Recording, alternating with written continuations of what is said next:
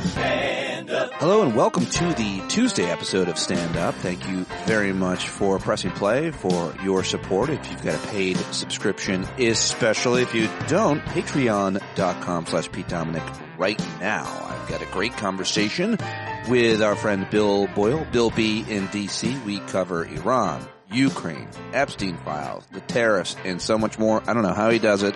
Real smart stuff. If you want to jump to the conversation right away, it starts at 34 minutes. But I do have your headlines and a great clip show, so I hope that you will stay here and enjoy it along with me. I learned a lot from all of this, and I love sharing it and producing it with and for you. If you have ideas for headlines and clips, please send them my way. StandUpWithPete@gmail.com, and use that email for everything else as well. Guest ideas, criticisms, compliments, gifts, whatever you want. I am there for you as much as I can be, and I know so many of you are there for me and there for each other. If you're not in the Discord chat, you should be. If you're not hanging out with us in the Hangouts on Thursday nights, we'd love to have you. And, of course, join us in Las Vegas, April 9th through 12th for Podjam 3. It's going to be a great, great time. I spent all day yesterday outside digging out my driveway and the driveway of a friend, and my back is, well, hanging in there, actually. I'm pretty impressed with how I've held up, but it was a lot yesterday, and I know I'm not alone. So many of you digging out, millions of people all over the country dealing with the worst blizzard we've seen in years, decades, in fact, maybe the first as a homeowner like me, and we've been here for 19 years, so it was quite a storm. I hope that you're doing okay and getting help if you need it. And then, of course, many of you completely unaffected by it and just looking at us with sympathy, and we appreciate that too. And now let's get to those headlines I've gathered for you. Deadly military strikes 43 and 44 have been announced. The U.S. military said on Friday that it blew up a boat in the Eastern Pacific, killing 3 people. And then the Defense Department said it blew up a boat in the Caribbean Sea on Monday, killing 3 people. The strike raised the death toll in the American campaign against people it accuses, without providing any evidence of smuggling drugs, to at least 150. It's a crazy thing, but I'm glad that journalists are aggregating and keeping track of that so we can maybe someday hold people responsible. It is absolutely terrible thing the United States, America, is doing without any evidence at all that these people are smuggling drugs. And even if they are, the death penalty is not usually the case, or hasn't been in our entire future. Russia pounded Ukraine's power grid on Sunday with hundreds of drones and dozens of missiles, killing at least 1 man in the Kiev capital, even as negotiators for both countries prepared for another round of peace negotiations in the coming days. Boyle and I certainly talk about that, as well as the Epstein scandal, which is having a major effect, at least on the British government. Former British ambassador to the United States, Peter Mendelsohn, was arrested yesterday on suspicion of misconduct in public office. The second high-level arrest in the United Kingdom amid the fallout from the Epstein files. That's accountability, at least a little bit more than we have here, that's for sure. The tariffs announced by Teddy Roosevelt Saturday are apparently 15% from the 10% import tax he imposed the day before in response to the Supreme Court's striking down his sweeping tariffs. Well, they sent markets tumbling yesterday as a result because uncertainty reigns. Dr. Peter Attia is out at CBS News after Epstein files correspondence disclosure, so I guess there's some accountability. Boyle and I talk a little bit about that as well. In Mexico, the Mexican government said it had killed the nation's most wanted cartel boss on Sunday, sending up a wave of fires and violence across the country as cartel operatives sought to exact revenge in an unsettling show of force. Americans and other tourists are locked in their hotels. A scary time to be in Mexico right now, following that story closely, as well as the one where a man was fatally shot early Sunday morning after Secret Service agents and local law enforcement opened fire on him for trespassing in Mar-a-Lago. And it is totally normal that, of course, the head of the FBI was just partying and pounding beers with the U.S. hockey team, which apparently many of which are MAGA themselves. Disappointing to hear. Greenland's prime minister has asked our president to, instead of making random outbursts on social media, maybe just talk to him after our president said he was sending a U.S. hospital to take care of people on the island. And then the Defense Department said, we have no news. We're not sending any hospital. We don't know what he's talking about. He just made it up. Who knows? But there is no hospital boat going to Greenland after all. Pretty confusing, to say the least. Yesterday, Senate Democrats unveiled a Trump tariffs refund legislation. It'll probably go nowhere, but you like to see it. And tonight is the State of the Union. There's some great alternative programming. I might come up with some myself, but I was supposed to be in D.C. myself to attend an event with a whole bunch of people that you know, but it doesn't look like that's going to be possible because of this major storm, which has basically thrown me off a bit, let's say. But most of Americans say the State of the Union is not strong, and the U.S. is worse off, according to a new NPR PBS Marist poll. Most people say that Trump is changing the country for the worse compared to his previous term. Respondents largely say the State of the Union not strong, and even El Porco Chapo himself is admitting that he's got low approval ratings. Apparently, the White House reportedly intervened to stop the Department of Homeland Security and Kristi Noem from shutting down TSA PreCheck. They knew that wasn't going to go over well, and they intervened. I like that. Jeanine Pirro reportedly abandoned the case against these 6 Democratic lawmakers who advised service members and intelligence officers to refuse illegal orders. Remember that? Well, yep, the case is over. Trump said they should be in jail, and she tried, but she failed. Also, Texas County has dropped a proposal to rename a highway for Charlie Kirk. I guess it wasn't that popular after all. And several Republican legislators, including most Democrats, are calling for House Republican Tony Gonzalez to resign amid a major scandal detailing his affair with a staffer who later committed suicide by setting herself on fire. Talk with Bill Boyle about that as well. And those are the headlines that I've gathered for you. Let's head over to the clips. I've got some great sound. Time for the clip show.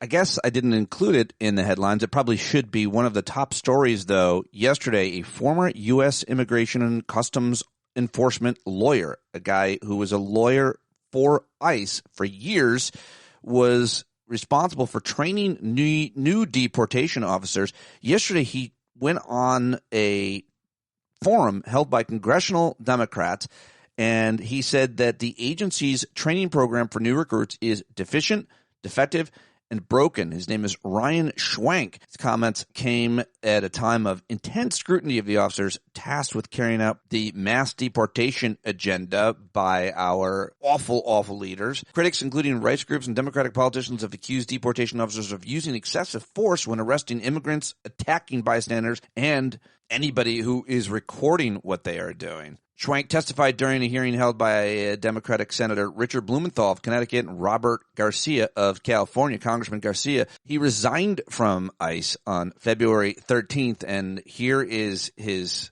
very serious testimony in front of this forum. It wasn't under oath, and it wasn't actually testimony, I guess, because it was a forum, but it was meant to mimic a congressional hearing. Here's Ryan Schwank, very brave and very important. Thank you, Senator Blumenthal, Representative Garcia, members of the committee. My name is Ryan Schwank. I swore an oath to uphold the Constitution when I joined ICE on August 1st, 2021, as an Assistant Chief Counsel. I followed that oath for 4.5 years, working side by side with ICE officers. And I followed it when I resigned on February 13th, 2026, a little over a week ago, so that I could speak to you today. I am here because I am duty-bound to report the legally required training program at the ICE Academy is deficient, defective, and broken. 5 months ago, I was asked to teach the law to new cadets at the ICE Academy in Glencoe, Georgia, where ICE is training its new, inexperienced recruits. I volunteered, those without law enforcement training, I volunteered to take on this assignment based on my experience in law enforcement oversight, including at the state and local level prior to my work with ICE. On my first day, I received secretive orders to teach new cadets to violate the Constitution by entering homes without a judicial warrant. For the last 5 months, I watched ICE dismantle the training program, cutting 240 hours of vital classes from a 584-hour program. Classes that teach the Constitution, our legal system, firearms training, the use of force, lawful arrests, proper detention, and the limits of officers' authority. For example, they ceased all of the legal instructions regarding use of force. This means that cadets are not taught what it means to be objectively reasonable, the very standard which the law requires them to meet when deciding whether or not to use deadly force. Our jobs as instructors are to teach them so well that they can make split-second decisions about what they can and cannot do in life or death situations. Yet, in the name of churning out an endless stream of officers, DHS leadership has dismantled the academic and practical tests that we need to know if cadets can safely and lawfully perform their job. All to satisfy an administration demanding they train thousands of new officers before the end of the year. DHS told the public that new cadets receive all the training they need to perform their duties, that no critical material or standards have been cut. This is a lie. Somehow it got cut off. The most important kind of crescendo there. This is a lie. Ryan Schwanke, very brave, very important, and I hope it matters. All right, now let's go over to former FBI Director Andrew McCabe, who was on CNN yesterday, savaging the current head of the FBI, Kash Patel, for being at the Olympics in the locker room and celebrating. This is, I thought, a pretty good clip as well.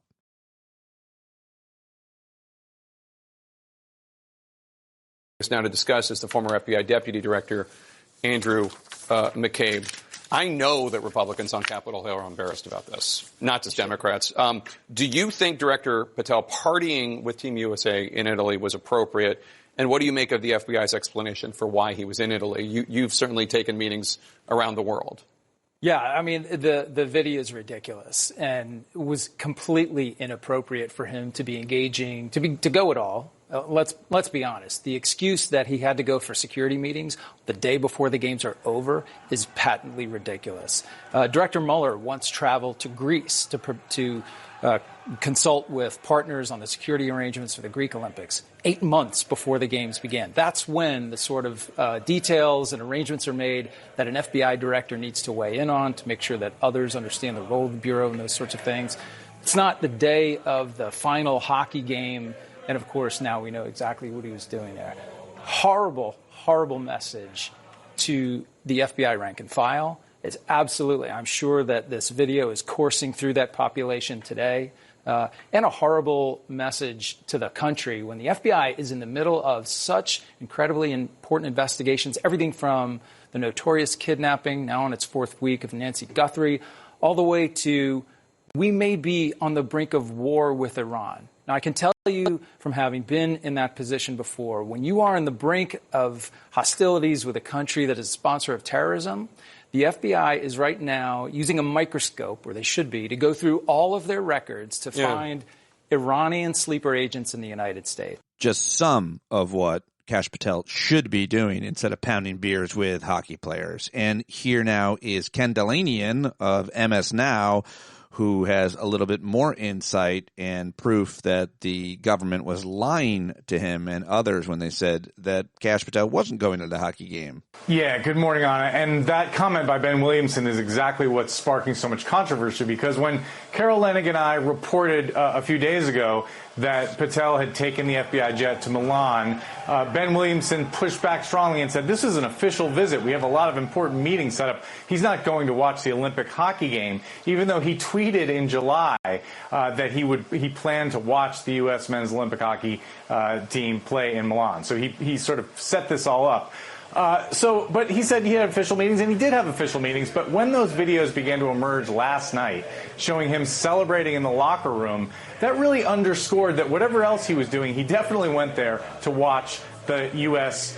Try to win and ultimately win the gold medal. And that really rubbed a lot of people the wrong way. And there was another exchange. Patel himself screenshotted a post by my colleague Carol Leonnig underscoring what happened, why he was at the hockey game, and suggesting that it was inappropriate to even mention that because he also had official visits. None of this is going over well with current and former FBI officials.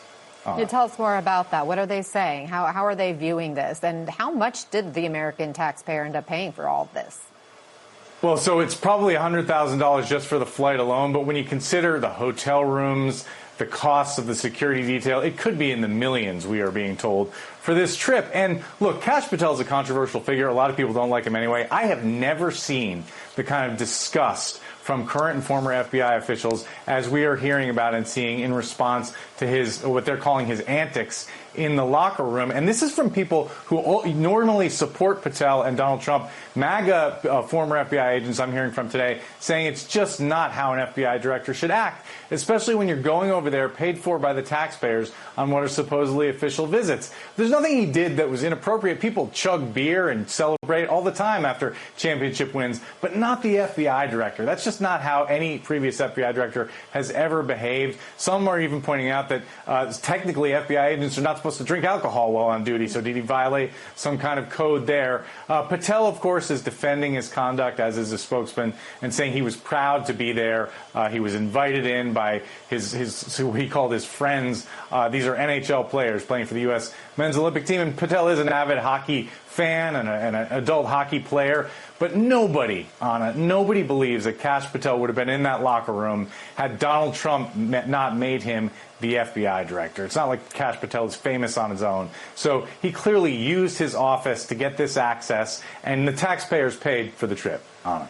Ken Delanian, thank you for your... Thank you. Thank you, Ken. Thank you, Anna. All right. Well, I thought I would head over to Neil Katyal, who argued in front of the Supreme Court, and they agreed with him that the tariffs imposed by our authoritarian leader were, well, illegal and unconstitutional. Here's Neil Katyal on MS Now with Mika Brzezinski.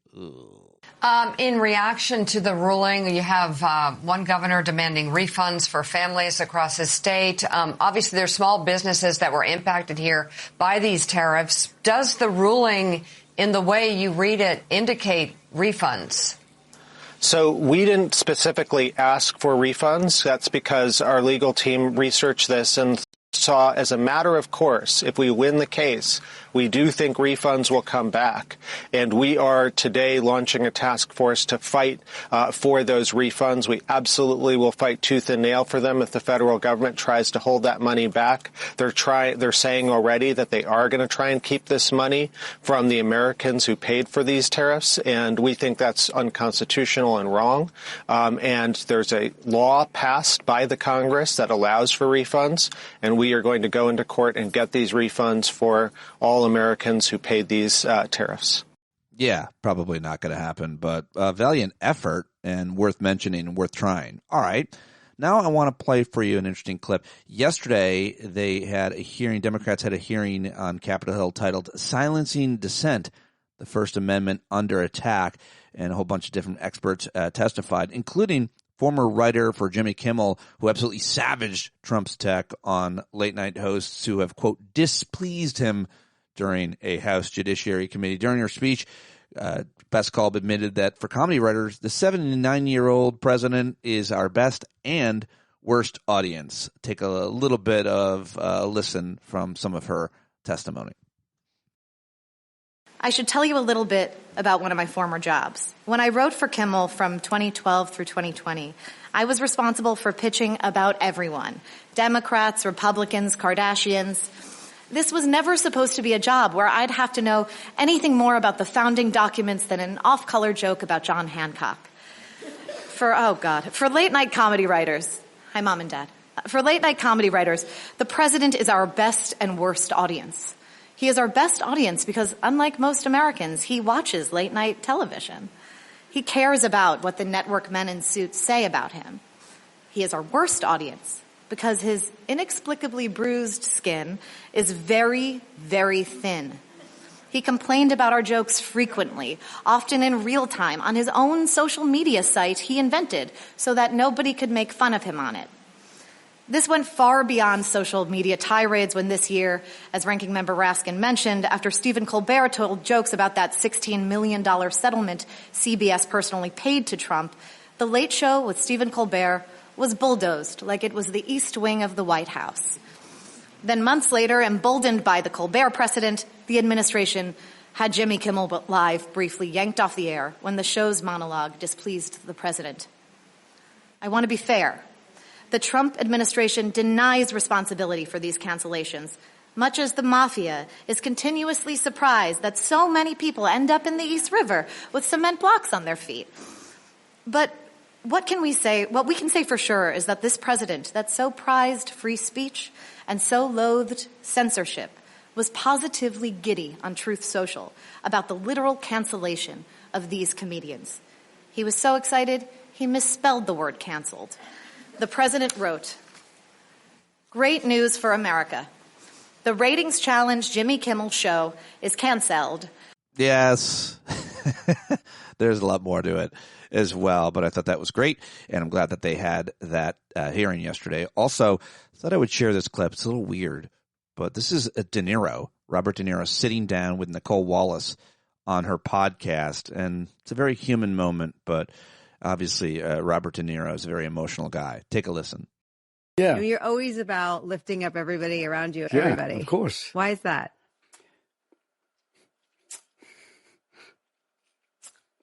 You have to. You have to lift people up.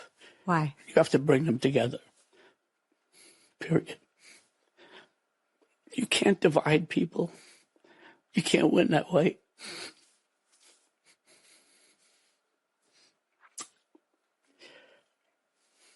It's a no-win situation. And look what we have. Look who we have there. It's almost like a destiny to have this thing there, attempting to destroy this country, and maybe not even understanding why. So it's up to us to protect the country that we love. Yes.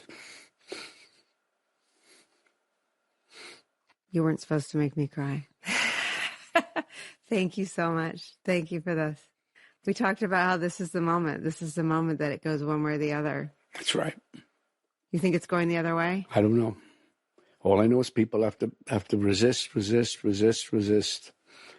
no easy way. It's not going to come to you easy. You know, there's a time when you know in your own life, in your own survival, you better do this. You better jump and run through the fire. Because if you don't run through the fire, you're not getting out. And that's what we have to do. I'm glad I get to run next to you. Thank you. Thank you so much. I'm glad I get to run next to you. All right. I don't know how I feel about it. All right, here is the Ontario Premier, Doug Ford, up there in Canada, slamming Trump, the highest-ranking political official in the province of Ontario. I just love this Doug Ford guy. So it's very challenging right now. I just sit back some days, and I'm not the only one. Everyone in the world sits back, and how can one person, one man, create so much turmoil around the world? Not just here in Canada, around the world. It's pretty staggering. So I can't wait for the midterms. Neither can we, Doug Ford. And now I've got to play this clip of this Olympian. You've probably heard of her. She's a freestyle skier, I think. Her name is Eileen Gu, and she's absolutely brilliant, and everybody is taking notice. She is American Chinese. I guess she is competing for the Chinese, and I suppose some people are upset by that. Anyway, a reporter asked her this question, if she thinks about her words before she speaks, because everybody's very impressed with her. And I just got to say, Eileen Gu speaks for me. I shared this clip with my daughters. I think everybody, this is not like a gender thing necessarily. This is not a youth thing. This is the way that I want to believe that we all should be thinking, certainly is the way that I try to live my life. And she's just absolutely brilliant, so well-spoken, and just nails it. So here she is, my new 20-some-year-old guru, Eileen Gu. Do you think before you speak? because you answer questions so quickly and so comprehensively, whether it's about geopolitics or your sport or aerodynamics. Like, can you take us into your brain? Thank you, Charlotte. That's very kind. Oh, man. Do I think? I think overall I'm just a pensive person. Like, I'm an introspective young woman. Like, I spend a lot of time in my head, and it's not a bad place to be. I journal a lot. I break down all of my thought processes. I think I apply a very analytical lens to my own thinking, and I kind of modify it because it's so interesting. You can control what you think. Like, you can control how you think, and therefore you can control who you are. And especially as a young person, like, I'm 22, so with neuroplasticity on my side, I can literally become exactly who I want to be. How cool is that? Like, how empowering is that, right? And so the fact is, I get to become every day the kind of person that me at age 8 would revere. Like, I would be obsessed with me today. Are you kidding? I would love me. And I think that's the biggest flex of all time, that you can have, like, little younger you be proud of you today. And so I guess for me, it's like, yes, I spend a lot of time in my own head. Yes, I think a lot, but it's not really like in an egotistical kind of way. It's in like a tinkering, like a scientist kind of way. I'm always like trying to modify. I'm trying to think, how can I be better? How can I approach my own brain the way that I approach my craft of free skiing, so that I can be better tomorrow than I was today? Am I right? How impressive is she? Just trying to get better every day. All right, also, not to be outdone, also want to share this clip with another Olympian who a lot of people have really been impressed with. Her name is Alyssa Liu, and she had some interesting, nuanced comments to say. I definitely do really care about what our country is doing, and I think it is really important also to, notice, like, the faults in our own government. Very, very similar to my dad. Like, yeah, things are a little rough in our countries, but I think every government has its issues. There's so many protests that are going on, and I've attended, and it's, coming from a family of immigrants, like, I think immigrants deserve rights. I think it's a little silly, especially in America. Exactly. Well done. These are some pretty smart young ladies and give you a lot of faith and confidence. Granted, I guess they're the best of the best in terms of competitive sports in their sports, but also they're pretty brilliant too. And I just love both those clips and wanted to share them with you. All right, here's James Tallarico. This might be an old clip. I don't know. It's worth playing again. This is good stuff, and I like it. Here he is, and then we'll play Trey Crowder talking about Tallarico. When did pedophilia become a partisan issue? The American people deserve to know the whole truth about Jeffrey Epstein and every single powerful person who enabled him. Every name, every flight log, every cover-up, all of it. The White House and congressional Republicans are hiding the Epstein files. Why? These are the same politicians who call librarians groomers, who call their political opponents pedophiles. And to be clear, if there is a Democrat on that list, I will be the first to call for their prosecution. Because if there's one thing we should all be able to agree on, Democrats and Republicans, conservatives and progressives, it's that no one, including the President of the United States, should be able to cover up crimes against children. There you go. Yes, indeed. All right. Well, here is comedian Trey Crowder talking about Tallarico and more, and this is real good. He calls him TikTok Mr. Rogers, I think. I really like it. Love Trey. Hey, y'all, I'm sure you're aware James Tallarico went on Colbert this week, and Colbert came out and said that CBS, at the behest of the Trump administration, was forcing him to pull the interview, but they put it on YouTube, which had the Streisand effect of garnering orders of magnitude more attention than it otherwise would have. This led to a lot of chatter, people being like, this administration hates free speech. They're trying to intimidate CBS. They're afraid Tallarico's going to flip Texas. They're dumb about Barbara Streisand shit. And a lot of debate, CBS being like, we didn't do that. Yes, you did. Well, and anyway, whatever actually happened here, I think that most of the ultimate takeaway ways don't really change. You know, this administration does hate free speech. They do engage in political intimidation. And if they're not afraid of James Tallarico, they probably should be. Because Tallarico is what I call a narrative breaker. You know, James Tallarico is like those baristas that dress up like frogs and do the Running Man in front of ICE agents in Portland, you know, which, side note, what a time to be alive. But also, hear me out. I'm just saying, like, you know, like MAGAs with Portland, you know, they hear that Antifa super commandos are terrorizing law enforcement agents, and they see the actual footage. And it's like, this terrorism seems awful silly. Doesn't seem all that dangerous. It breaks the narrative, right? Well, the same way they hear about Democrats and baby eating and sodomy and all this, you know, about Democrat politicians. But then they see an interview with James Tallarico, and he's like TikTok Mr. Rogers. You know, he's just on there talking about loving thy neighbor and banding together, and he's just praising the hell out of the Lord, you know, and it just seems like maybe he can start to reach these people. Maybe they'll listen to him, because vitally, crucially, he is in almost every other way just like them. And trust me, these people, hardcore Christian conservatives, they ain't gonna listen to nobody that ain't just like them. I know, because I'm close, right? I'm straight, I'm white, I talk like a cartoon possum, check a lot of boxes for them, but I'm not Christian. So as soon as I started in on my whole, like, y'all, Jesus wouldn't be down with this. If he got crucified today, you'd say it was okay because he's an agitator. Donald Trump's the most unholy son of a bitch I ever seen. What's wrong with y'all? As soon as I do all that, these people are just like, that boy's got demons in his butt. He don't know nothing, no way. They just dismiss me out of hand, right? And if you're Christian, but you're not straight and white, you can forget about it. These people are so afraid of anybody that ain't just like them, dude. It's like the Scarecrow from Batman Begins, is just face-fucking them with fear toxin all goddamn day. Like when Obama led that choir in Amazing Grace, these people saw that and they were like, that Muslim orca's chanting death metal. That's what they saw in their heads. It's wild, right? But James Tallarico seems like he should be playing fetch with a collie in a Norman Rockwell painting. So maybe they hear him talk a few times and they start thinking like, oh yeah, kindness isn't gay.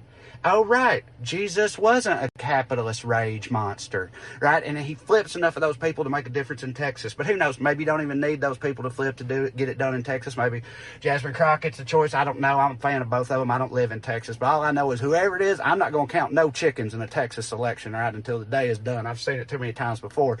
But what is clear to me is at this stage of the game, the other side is nervous about it, and it ain't hard to tell why. And by God, that's something. So keep it up, baby. Don't mess with Texas. Love y'all. Yeah, there you go. Trey Crowder and good stuff. And finally, Jimmy Kimmel was back after a week off on Late Night Live. Jimmy Kimmel Live on ABC. And I thought this was pretty funny, as always. Off Trump. We got better things to do. But congratulations to all the U.S. Olympic athletes. They won more gold medals than we ever have at the Winter Games. And now that the Winter Games are done in Italy, the Winter Games come to us. Another snowmageddon is looming over much of the Northeast and Mid-Atlantic. It's like snowmageddon out there. Snowmageddon. Snowmageddon. Snowmageddon. Snowmageddon. Snowmageddon. Snowmageddon. I haven't heard anybody say snowmageddon yet. It is snowmageddon. What did that mean in English, Guillermo? I don't have no idea. You don't know. Okay. They got 6 inches in Washington, D.C. today, which is about 4 inches more than God gave FCC Chairman Brendan Carr.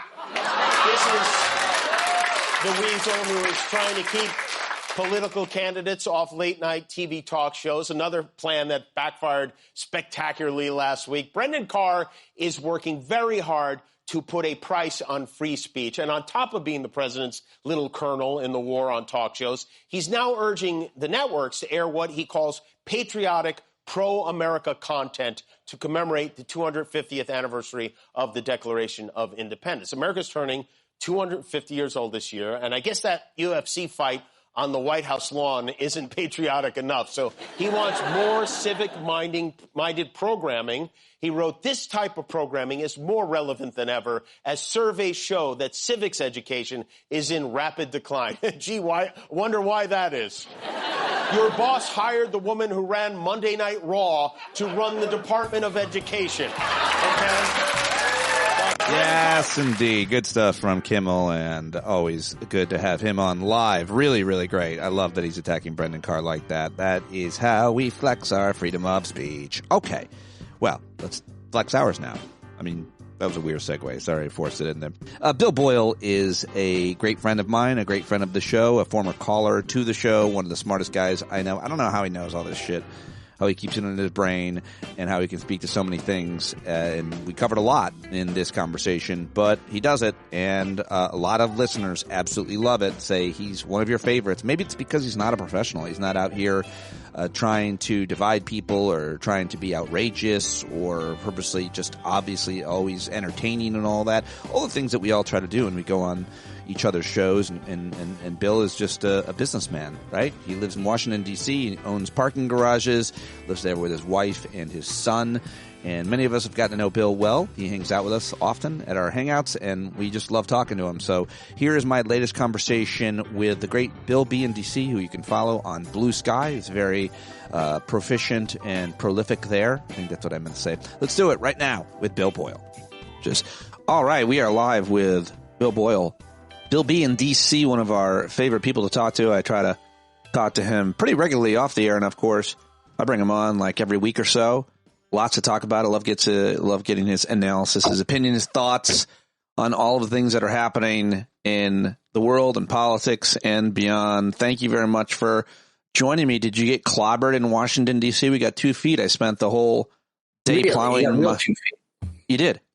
You got like the real 2 feet, like the no bullshit 2 feet? Oh, definitely. I almost 2 feet, and it is heart attack snow, meaning it's real heavy and wet, and it was tough. It was a tough day, and my back is on fire.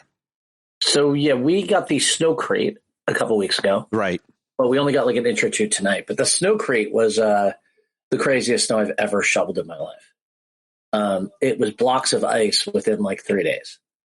So we used a sledgehammer and picks to clear out our alley. Right, exactly. That's crazy.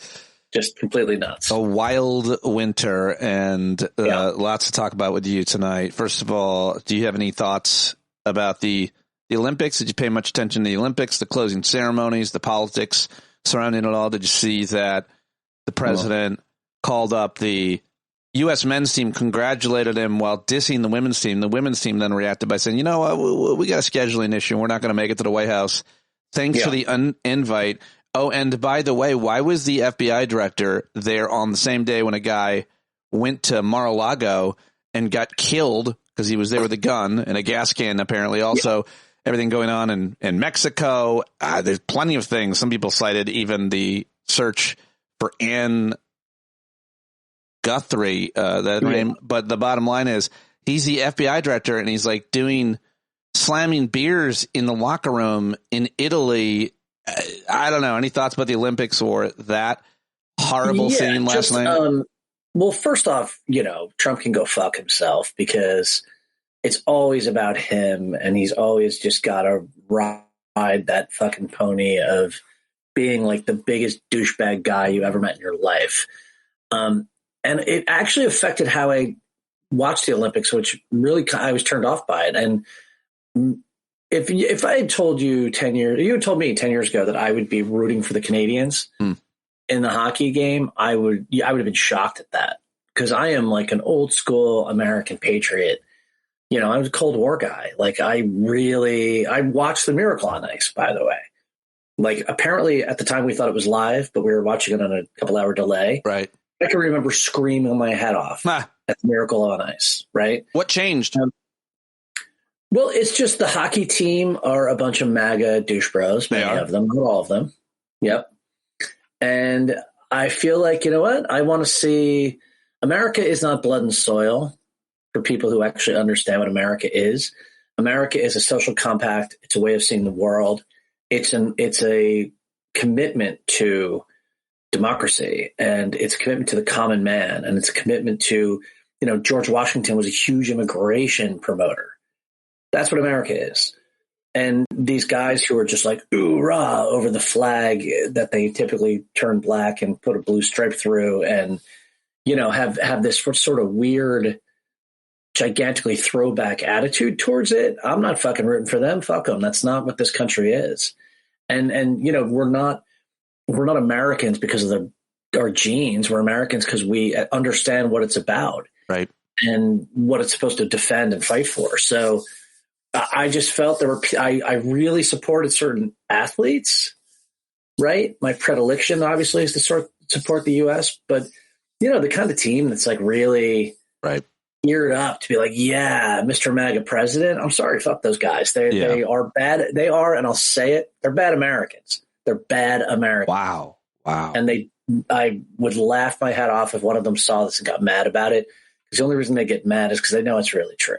if they're MAGA, they're bad Americans. Yeah. Not all of them are. I didn't read. Most of those guys are. By the way, the guy who won the winning goal is not, actually. Right. He seemed the Hughes brothers. There's 3 of them. 2 of them are on the team. And right. Well, the one was talking about how his support for Pride Day or something. The LGBT community, and they wore the rainbow so flag. those guys are cool. Good for them. Happy as hell for that guy.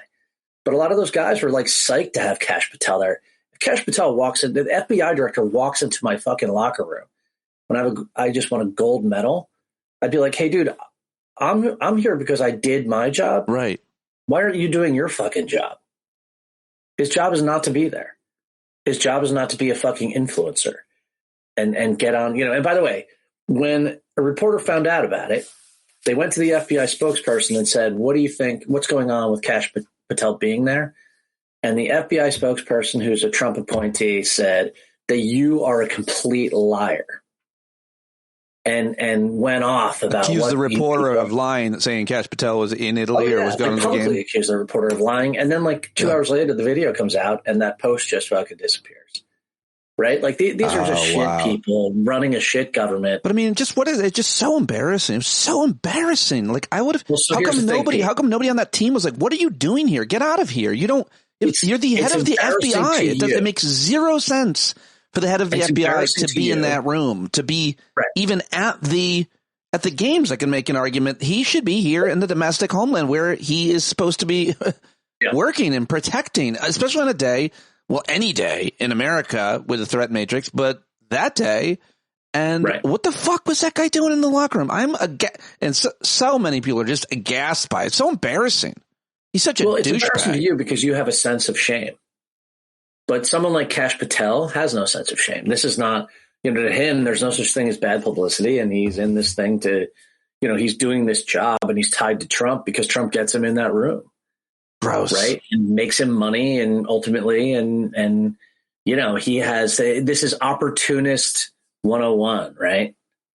Another story I wanted to jump to and ask you about. I'm done with that. Sorry. Olympics and Kash Patel. I'm sure everybody pretty much agrees. It just had to be mentioned, and I appreciate your take on all of it. America's an idea, democracy and diversity, not blood and soil. I think that's a really good answer. But I want to ask you about this Republican Congressman, Tony Gonzalez, who... He's a great guy, that guy. He's the best. Has been getting a lot of attention as of late. Was like, I feel like a Sunday show darling. He's a Republican congressman from Texas, and he allegedly had an affair with a former staffer who apparently also allegedly, I think, committed suicide by self-immolation last September.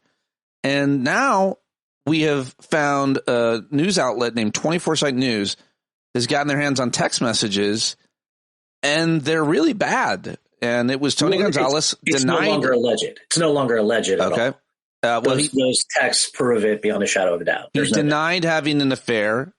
And now we have seen the messages, and he pressured his staffer and said real gross, real disturbing stuff. Several Republican congressmen are now calling for his resignation, but they're all women. Mike Johnson said, let's let the investigation play out. But just, give us a kind of a moral clarity on this in terms of where we're at with Congress and politics. I mean, you know the history of affairs and congressmen and others, but just this guy holding strong, Tony Gonzalez, first denying the affair. This woman killed herself. She was a mother and a wife, and she was. What he did to her was not only did he have an affair with her, which is illegal, by the way, right? Like Congress has rules about this. And what he did was he didn't just pressure her into an affair, and that's why it's illegal, because obviously, a congressman has tons of power over his female staff. He pressured her into it. Eventually, her husband found out. And the husband reacted as badly as you'd expect. They have kids on top of everything else. And then what the congressman's office did was freeze her out. So not only did he pressure her into a relationship, but when the relationship was discovered, she became the black sheep of the office and no one would talk to her. So she lost her husband. She, in effect, lost her family. And then she lost her job, or she was on the way to losing her job. She lost her identity. And that guy, if he poured the gasoline and lit the match, he couldn't be any more responsible. than what happened. He is utter scum. And by the way, I talk about, you and I spar a bit about Catholicism. This is a guy who screams about his Catholicism to the rooftops. Oh, really? 5 or 6 kids. And, what Catholics know is the guy who tells you what a great Catholic he is, probably a piece of shit. Well, and he's one of those guys. And his shamelessness about it, his willingness to just completely deny reality, even though everyone can see it, is really an artifact of the Trump era. In no other era in our politics, at a 249 and a half years, would you ever be able to just be like, nope, sorry, saying it didn't happen. And he's trying real hard. I think that he is going to be gone. I think that I read Luna, who is crazy in many ways, but she wrote quite a good thing about it, saying like, this is disgusting. And this guy, Representative Luna, who is like a crazy Russia supporter, said this person brings shame to the House of Representatives. Yeah, if she's saying that. He's so bad. He's brought the crazy people to their senses. She's a big conspiracy theorist too, and it's but real, Lauren real Boebert is going after him. Yeah. And by the way, this is all tied into the Epstein files, of course. Not in the sense that this guy is that how it didn't come out as a result in any way? No, not at all. But it's tied into it in the sense of the Epstein files coming out have made it impossible to brazen this shit out. I think that given that Trump is obviously trying to push that all under the rug, and a lot of people in the GOP are really unhappy about that, especially a lot of female representatives. I think that Trump would give Gonzalez the idea that he could brazen it out, but I think the Epstein era means he's going to go sooner rather than later. I hope you're right. Well, we'll find out, but everybody needs to know about this and when you read the details, maybe don't, but it's super gross, real terrible kind of thing. A man of that kind of power using it against a staffer. It's old school, and time's up. Time's up with that behavior. Okay, so I got to ask you about the Supreme Court decision on the tariffs, on trade, just any of your thoughts, whether they political or economic. This is a huge, huge piece of news, and it matters for so many different reasons. And there's all kinds of ways out in this case for the administration to make deals now with Canada and other countries, but he doesn't want to because he's a baby. So he continues to hurt all of us, and the economy is showing it today. Stocks tumbled as a result of this. Stock markets tumble as global trade faces more Trump tariff uncertainty. So anyway, what are your thoughts about this major Supreme Court decision? So the stocks tumbled today because Trump went and tried to impose another 15% on everybody. Right. Now, he's got an authority to do that. That authority only lasts 150 days. And at the end of the 150 days, Congress has to vote on whether to keep those tariffs or not. As a political matter, there's an economic matter. Let me start out. That, of course, just throws more uncertainty into trade, into the economy and everything else. Everyone's freaking out about that because they don't know what, uncertainty kills business. Trump is pouring more uncertainty into the system, so he's hurting business even more. That's it. That's the story with that. And, Trump has added $2.something trillion of debt into the country's budget. They only raised $175 billion. So even the sort of bullshit idea that tariffs are going to pay for all this spending goes away. That means there are much greater constraints on his spending now going forward, much bigger constraints. You can't bullshit that he's going to make all this fairy dust money. It's just not coming. Companies are going to sue for their money back. Anyone who paid a tariff, right? Yeah, for sure. FedEx just did today. Oh, here's the thing. FedEx in theory could, but in practice probably couldn't, even if they wanted to, find everybody who paid a tariff on a package and give them their money back. Right. Or Costco or anything. Right. So in effect, that $175 billion is going right back to the companies who paid the tariff. Right. It's just going to go right back. And what we're going to have is all this uncertainty. Trump's going to try to do some other of the authorities that are out there for tariffs. Except I'll tell you a little secret. They require a lot of work to set up. And guess who hasn't done any of that work?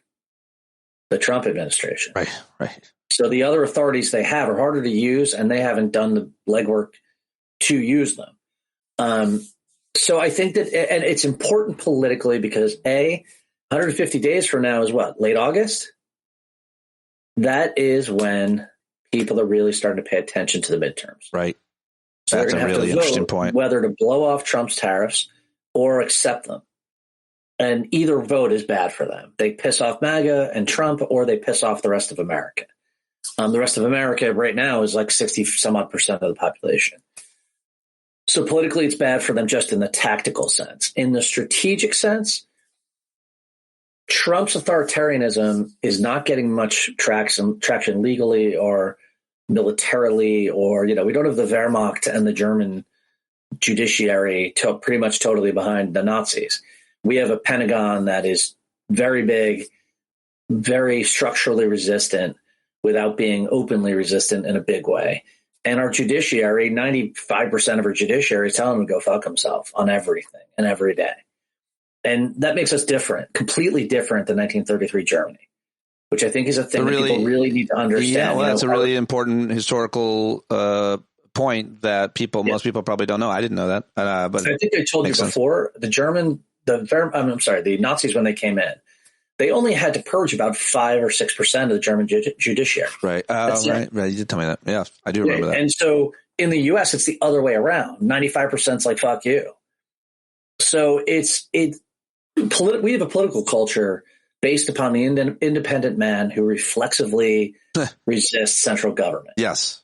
Trump managed for a while to be that guy who personified that guy, but he was going to come in and tear the shackles off that government and free the regular Joe to live their life in America the way the founders intended. Except that he came in and he started acting like an authoritarian fucking maniac, and he imposed all these tariffs. The whiskey rebellion was about fucking tax on whiskey. The Tea Party was about people being pissed off about a tax on tea. The Stamp Act was a tax. It was a stamp you needed on everything that went in and out of the country. It was on licenses, everything. Literally, our fucking founding story is about people really fucking hating excise taxes, right? And Trump is the guy. I'm gonna free the regular guy from all these constraints, and then I'm gonna do all the shit that in our political culture is the foundation of what we are, or what we hate. Unfortunately, I feel like a lot of people don't necessarily attribute the tariffs to attacks the way that they are. They don't think about it. They don't know it. And as always, deeply unpopular. They're deeply unpopular. I'm just not sure that people are connecting the dots with why things cost more. Trump's approval rating right now is 36%. That's just MAGA. That means there's nobody else but MAGA who supports him. Exactly. I saw his approval of people under, I think it's people under 45 is like 27%. Independence is like 21%. Like, his numbers have fucking collapsed. Hispanics, He's more popular now. Yeah. And he was around January 6th of 2020. So if it's because of that or any the Epstein files, or who knows. But let me move on to it's the death by 1,000 cuts. That's what's happening. Exactly. It doesn't need to be one thing. It's right. Everything. And that matters. The whole matrix of shit that we have to swim through that he is stirring every day. Let me ask you about the fact that in the other world or time, the only issue we would be talking about is why the naval fleet is on the doorstep of Iran in the Middle East. Here are the headlines today, the latest from The Guardian. Trump, Iran airstrikes decision to be guided by Jared Kushner and Steve Witkoff. Oh, great. New York Times. The New York Times says Trump considers targeted strike against Iran, followed by a larger attack. CNN says Trump's riskiest move. What led to this moment and what happens next? And I think most importantly, the headline that I thought was important, Trump's top general warns of Iran strike risks. It seems like what's happening, you follow these things, a lot of people in the military strategy and so on, is that he's not being given any good options. I think that's another headline. He doesn't like his options. What is this about, and what is going to happen? Is he going to back down? Because this sounds really bad for a lot of reasons. So something like 40 to 50% of all American strike capability, airstrike capability, is around Iran right now. It's a ridiculous overbalance of our military assets against an adversary that can't really do all that much to us.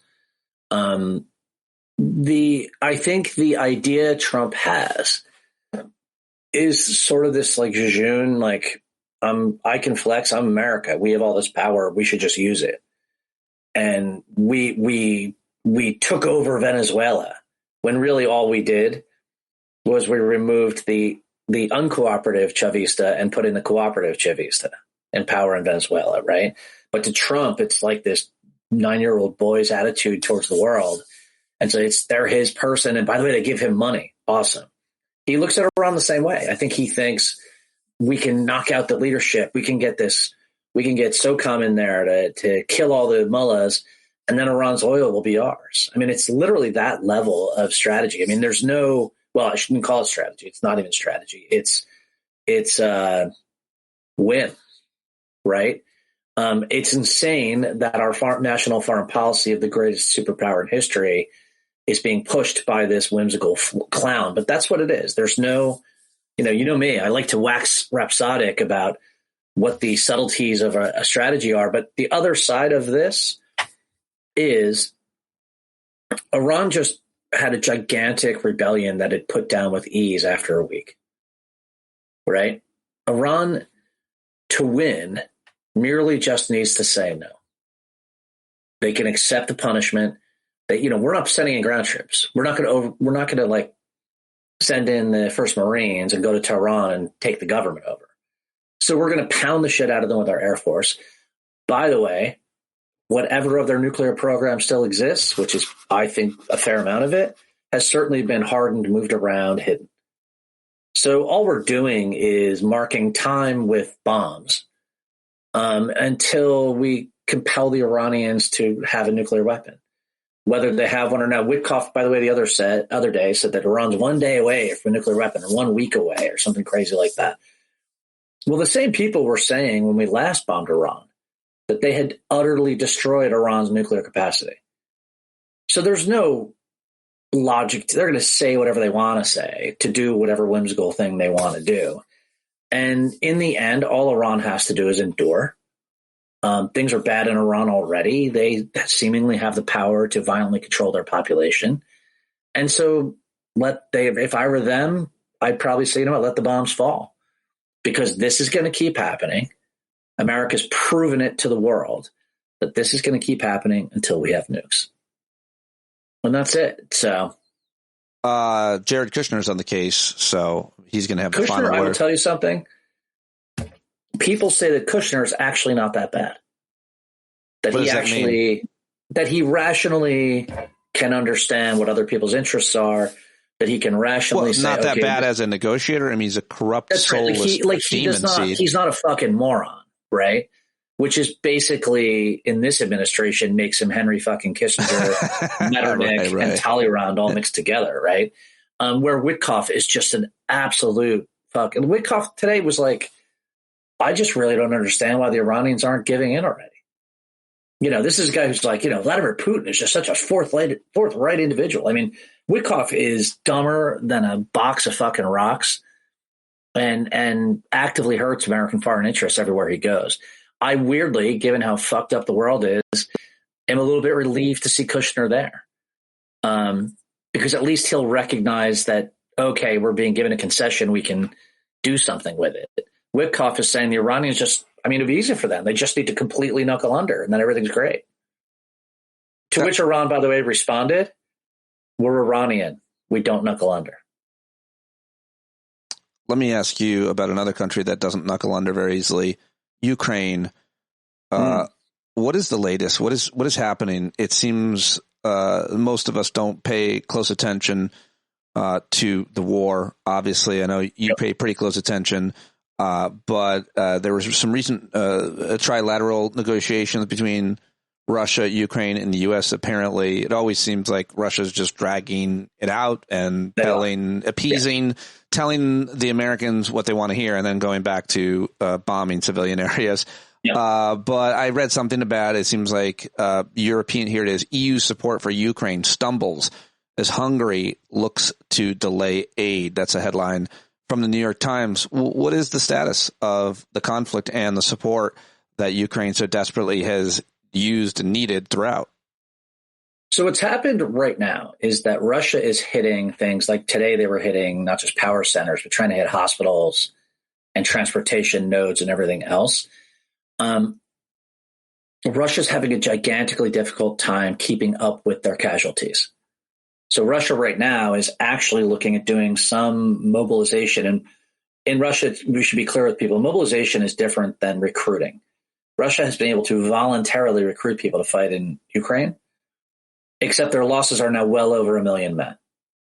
And they get basically a trickle of people from outside the country as contractors to come in and fight. Mobilization is you involuntarily, Yuri Volkov, who lives on Skaya Street in Moscow, they say, nope, sorry, we're dragooning you. You got to go. This isn't, we give you a bonus. You just got to go. Putin is now edging into doing that. Russia's always avoided doing it because it's what destroyed the Soviet Union. Reaction against that being done in Afghanistan killed the Soviet Union. People hated it. Obligatory service, a draft of sorts. Sorry? This obligatory service, they forced them into fighting? Which they have always avoided in this war. I didn't realize that. Yeah, no, it's because it's political dynamite. Putin was around during the Afghan war, and and what it comes down to, by the way, when you start doing this, you're forcing quote unquote white Russians from the core regions who the leadership identifies with ethnically. You're forcing them to fight now. So far, it's always been the criminals, the drunks, the mental institutions, the Buryats, the Yakuts, anyone who's considered marginal was sent to fight. Well, now they're getting to the point where they're just losing men so quickly to the Ukrainians, who have really changed their tactics and just turned into the Ukrainians are like, my God, they're like a wood chipper for Russian soldiers. And I'll give you a great example. Before this last couple of months, the Russians' average losses when they took a square kilometer of territory was 90 dead. So 1 by 1 kilometers, they would lose 90 men. That, by the way, means that's dead. That means another 180 wounded, missing, whatever. So total 180. The last couple of months, the average amount the Russians have been losing per square kilometer they have taken is closer to 290. So that doesn't mean it's 290 versus 180. It's 290 plus 290 wounded plus 290 missing and for whatever other reason gone. So they're losing 900 men for every kilometer they seize right now. It's unsustainable. It's totally unsustainable. And the Russians are now freaking out because they don't have enough men. Remember, the Ukrainians are like, they don't have very many men either, but they have automated their war with drones, with incredibly good intelligence, with incredibly good satellite, feeds and using AI and everything else. The Ukrainians are literally just wood chipping Russians. And what that means is that, for Russia, they just can't sustain any offense. Now they're trying to build up something for the summer, but if losses keep going the way they're going, there's not going to have anybody left. In addition, the Russian economy is eating its own muscle mass right now. You have so many men dead, and they're about 1.5 million men short in the labor sector in Russia right now. Well, guess how many men are dead and missing and whatever in Ukraine? More than that, probably 2.5 million. And each year that goes on, I think the Russians have lost 400,000 men just in the last 12 months. So they've lost, a gigantic amount of men, not even less, I think since August. So their losses are just really accelerating as their tanks are disappearing, as they're falling behind in technology and everything else. At a certain point, you don't have enough men to make the bullets or to man the front. You're either going to make the bullets or you're going to man the front, right? Because you're just running out of men. that's where Russia is getting to, and their economy. They're now digging into their gold reserves, their sovereign wealth fund. You're making it seem like, at least in this part of, talking about it, which I don't know how you know all this, as always, fascinating, but you making it seem like they're losing. And so it's two punch drunk fighters. And one of them is the bigger guy who is starting to really flag. The shorter one, the littler guy, he has more will to fight. He's got a better corner. He's probably he's certainly better trained. His gloves are heavier. It's the Ukrainians have all of the soft advantages of will and motivation and a culture, a national culture that is just much more resilient and much more inventive. And they've still got aid from the West. That aid, yes, Hungary slowed that aid up. They just slowed it up. The Europeans are going to put it in. There's blood in the water. And, the only deal that the Trump administration has sort of signed off on is that they would accept is that Ukraine would have to give up the rest of the provinces that Russia's in, Zaporizhia, the Donbass, whatever. Like, they've got 80 or 90% of these provinces. They want the last little bit, and then maybe the Russians will talk. Except that that's where Ukraine's fixed defenses are. That's where Russia's battering their head against losing so many men. It's exactly the deal that the Germans offered the Czechs in the Sudeten crisis, which led to Munich with Chamberlain and World War II starting. The Europeans know this. The Europeans look at this and go, oh, the Russians say they'll make peace when they've been given Ukraine's defensive lines, which is total bullshit. Europeans are never going to go for it. And they know exactly what that means. They've seen the history. So don't trust some of these latest. Ukraine is, or rather, the Europeans are not backing down. Ukraine is not backing down, and Russia is fighting an unsustainable conflict in terms of. It's what we've always said, you and I, that the problem for the Russians is they can't say yes. They can't take yes for an answer. Even if they just got the territory they're in, territory they have is like a sandblasted, wrecked place that drains money from their coffers. Putin committed to this. I think Putin ends up hung from a hook if they. I think that he can't even survive just a ceasefire. I think that it would be politically absolute poison for him. Yeah. Last thing I wanted to ask you about, and I'm glad we talked about Ukraine, Russia. It's been a while. Really interesting. People should pay close attention to it. Always appreciate your perspective on it. Is related to the Epstein files, of course, and consequences that continue to pour out. This is a story that is going to continue to make headlines, I think, every single day. There's so many people that have all kinds of obvious interests as to not let this go. Most importantly, the victims and their lawyers. But it has been interesting to see what's going on in the UK, where there's been some accountability for the former Prince, Andrew, and now today, British police arrested the former ambassador to the U.S., Peter Mandelson, and who's been implicated in real bad ways in the Epstein files. And I guess my question is, how frustrating it is to see that the UK is holding some of these powerful men accountable. And to a certain extent, not maybe the way that we would want it, but still some accountability. Arrests, powerful men being arrested. How about that? What's that like? Do you think we'll ever see that here? And what do you make of the latest that we've learned from these Epstein files? And of course, least importantly, but still very importantly, what are the consequences politically of this drip, drip, drip? So I think that you are seeing it here, actually. Les Wexner had to basically quit. Adia from, is it NBC or CBS, the doctor, he just got Peter Attia, yes. Yeah, I mean, you're seeing it here. You're just not seeing it within these Trump's are guys losing their jobs or losing their spot on a board. I mean, it's not like their lives are being ruined at all. Well, in Attia and Wexner, there was no sign that they had committed a crime.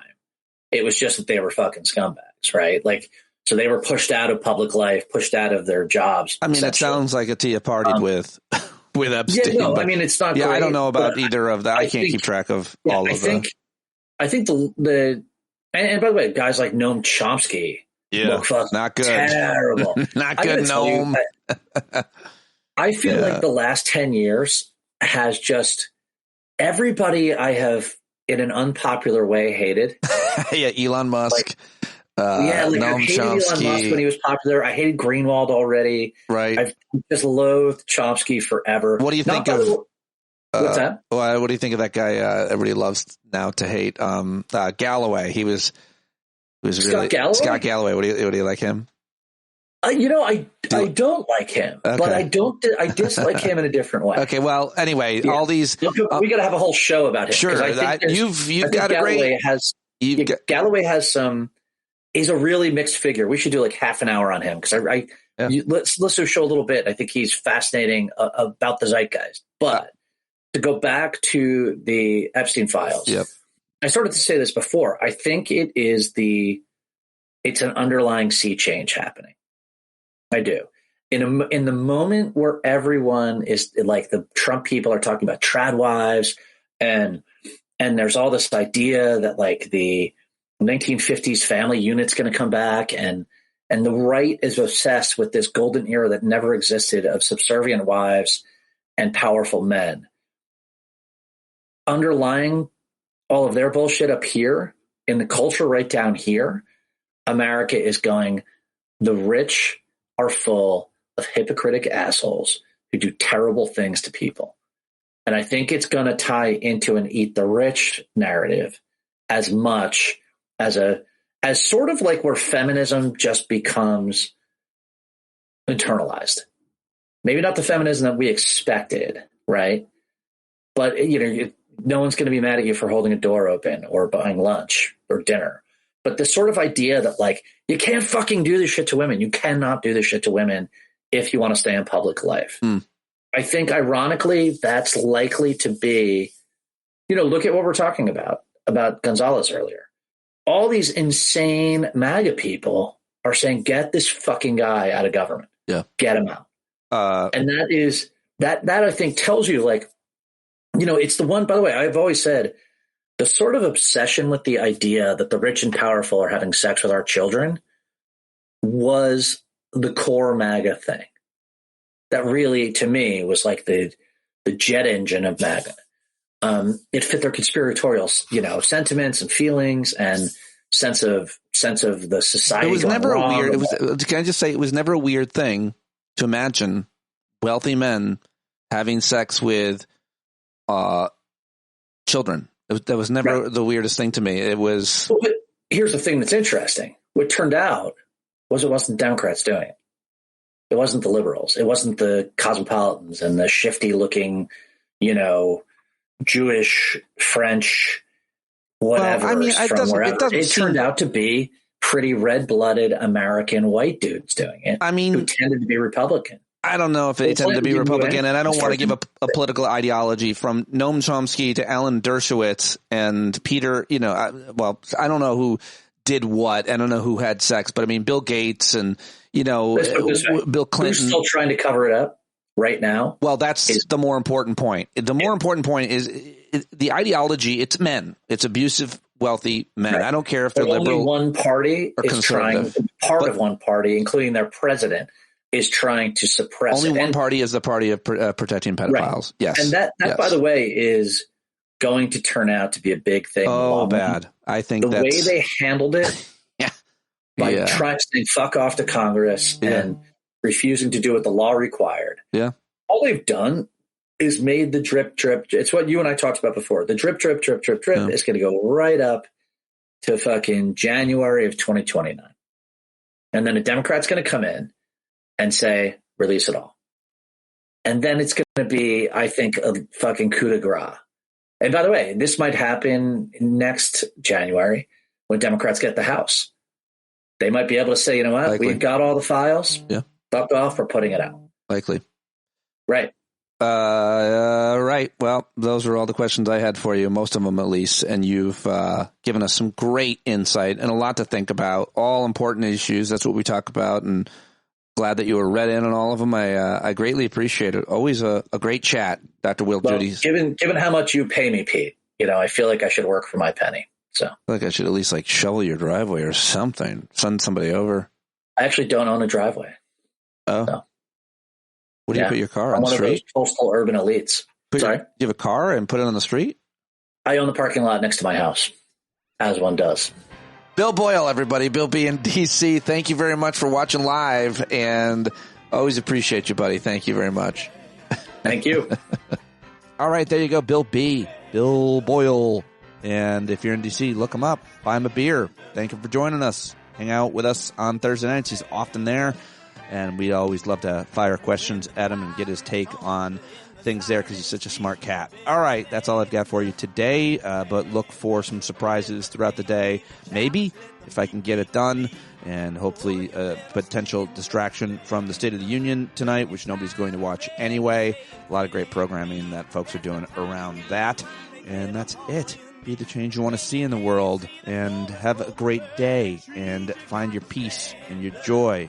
Meditate, journal, get outside, exercise, and talk to your friends, connect with people. Don't be lonely.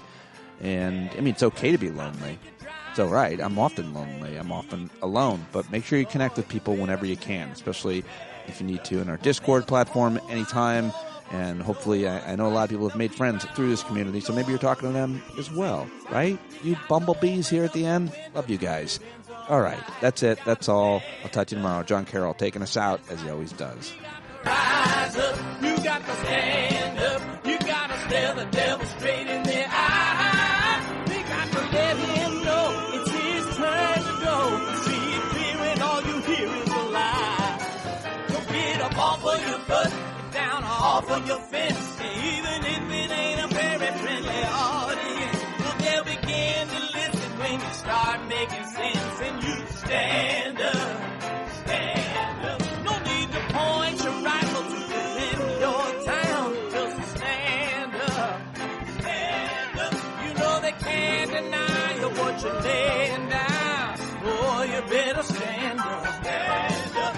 Show your face of every color, yellow, black, red, and brown. This is the place where every lost child will finally be found. There's only one thing to do before we stand our ground, and that's stand up, stand up. Well, the founding fathers saw a land for all. They had to stand up, they had to stand up. They had a keen imagination for a crystal ball, drawing all the plans of stand up. But all they had to go on was the time they were in, with other causes for laws, and since they weren't even sin, they knew that change was gonna come before the change would begin. They had to stand up.